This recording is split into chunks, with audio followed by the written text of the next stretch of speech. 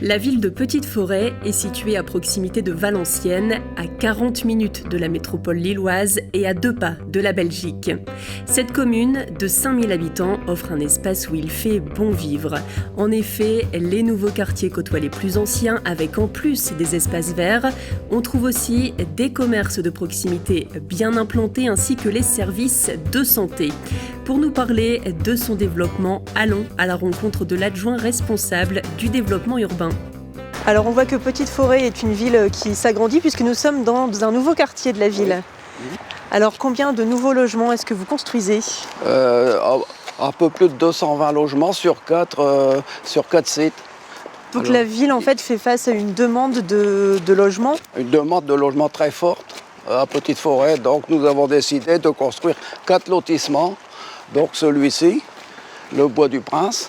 Et il y en a un autre du côté de l'avenue de Corenzo, là, le Vert-Clos, qui a 11 logements. Là. Et après, il y a le Chêne de Bonne-Espérance qui est derrière, qui là, ça va 59 logements. Et le plus gros lotissement se fera certainement prochainement, avenue de Corenzo, là, avec 90 logements, ce qui ferait un peu plus de 220 logements en plus dans la commune. D'accord, et donc des logements qui sont accessibles à la propriété ? À peu près moitié en propriété et moitié en location.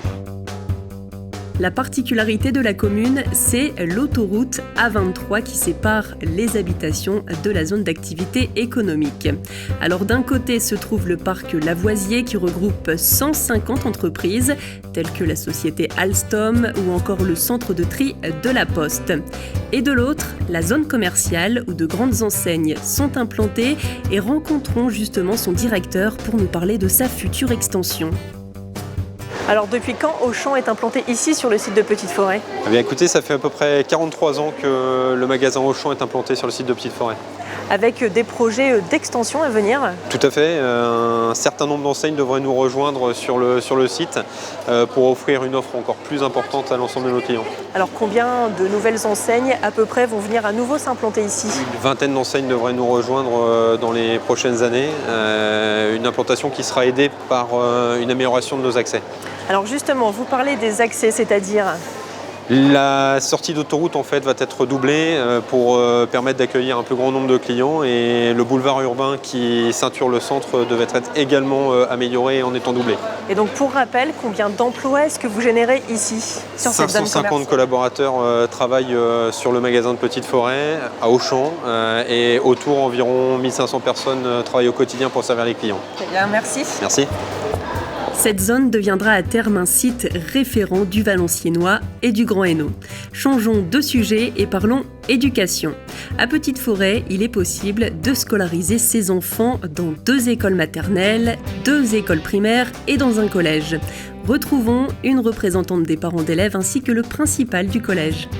Alors on remarque qu'il y a vraiment une cohésion entre les élèves, les parents et l'école. Oui, beaucoup. Les maîtres d'école essayent de ce que les enfants soient bien dans leur école.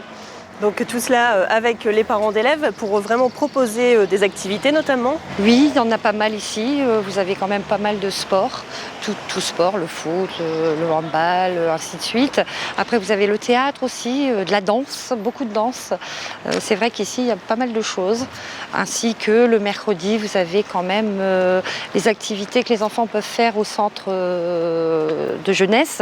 Et pendant les vacances aussi, les enfants peuvent aller au centre jeunesse. Donc tout est fait pour que l'enfant finalement se sente intégré aussi bien à l'école qu'à l'extérieur, des activités aussi extrascolaires. Oui, il y a vraiment tout. Ici, c'est vrai qu'on a pas mal de choses exprès pour les enfants. Très bien, merci.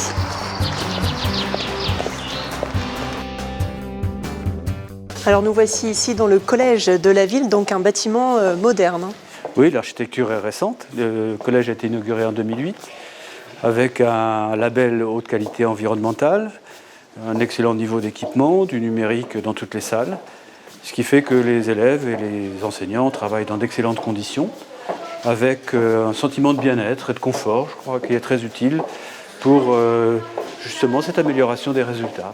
Alors combien d'élèves est-ce que vous comptabilisez aujourd'hui ? Alors aujourd'hui nous avons 630 élèves, il y a eu des moments où le collège en a compté plus, et nous sommes dans une sorte de phase où le collège continue d'attirer, parce que justement, il y a le bien-être, il y a les résultats scolaires, il y a une qualité générale du fonctionnement qui est tout à fait satisfaisante. D'accord, merci. Après la classe et pendant les vacances, quelles sont les activités proposées par le service jeunesse ? Bonjour. Bonjour. Alors vous êtes vraiment une ville axée sur la jeunesse ici, hein. Oui, on accueille la jeunesse à partir de 6 mois au niveau de la crèche jusqu'à 3 ans. Les centres de loisirs maternels pour les 3-6 ans, centre de loisirs enfance, donc jusqu'à 12 ans, et le LALP, qui est un lieu d'accueil spécifique pour les adolescents. Et vous proposez aussi un service d'assistante maternelle. Oui, là c'est les personnes qui s'occupent des enfants chez elles, à côté de tout ce qu'on peut proposer au niveau de la crèche. Donc vous êtes vraiment ici la ville de Petite-Forêt, une ville qui accompagne de la petite enfance jusqu'à l'adolescence. Tout à fait, oui. La commune organise régulièrement l'opération Nos quartiers d'été. L'objectif, permettre à celles et ceux qui ne partent pas en vacances de profiter gratuitement des animations installées dans leur quartier. Et maintenant, question culture, qu'en est-il ? Tout d'abord, l'espace Barbara. Celui-ci est un pôle culturel dynamique. Alors l'espace culturel Barbara, c'est une programmation éclectique tout au long de l'année, de janvier à juin. Septembre-octobre, on va avoir un gros temps fort jeune public en novembre. Un festival de l'humour aussi en mars. Le but est de proposer au public une tarification qui est abordable pour tout le monde.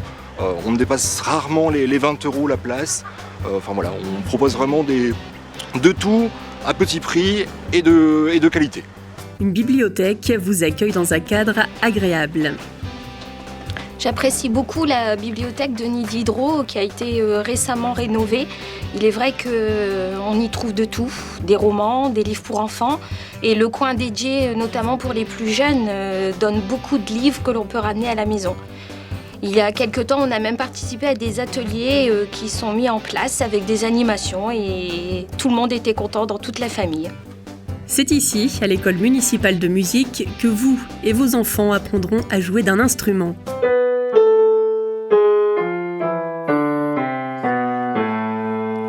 Bonjour, je m'appelle Cilia et ça fait 5 ans que je suis à l'école de musique et j'aime venir ici car il y a une bonne ambiance avec les professeurs et les copains et les copines.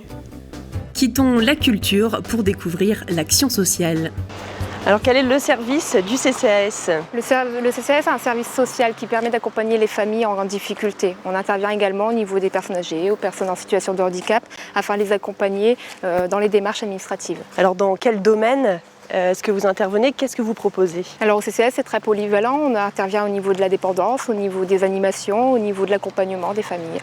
Alors est-ce que vous avez des temps forts chaque année, des animations peut-être assez récurrentes ? Oui, tout à fait. Les festivités des anciens reviennent chaque année. Donc on propose le colis, la galette, les colis. C'est une chose que les anciens tiennent particulièrement. Vous avez finalement un rôle vraiment d'écoute, d'accompagnement et de conseil alors, hein ? Tout à fait. Très bien, merci. Les associations et le sport sont bien présents et vivants dans la commune. Pour en savoir plus, les explications de la responsable du service des sports. Alors quelle est la mission du service des sports ici ?